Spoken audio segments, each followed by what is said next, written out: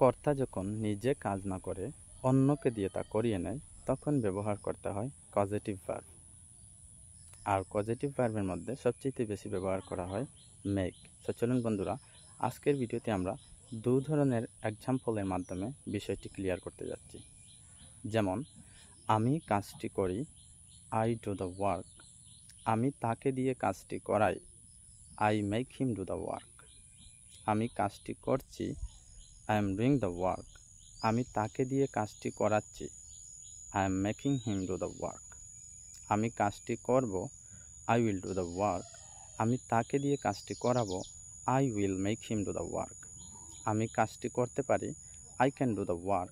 আমি তাকে দিয়ে কাজটি করাতে পারি, I can make him do the work. আমার কাজটি করা উচিত, I should do the work. আমার তাকে দিয়ে কাজটি করানো উচিত, I should make him do the work.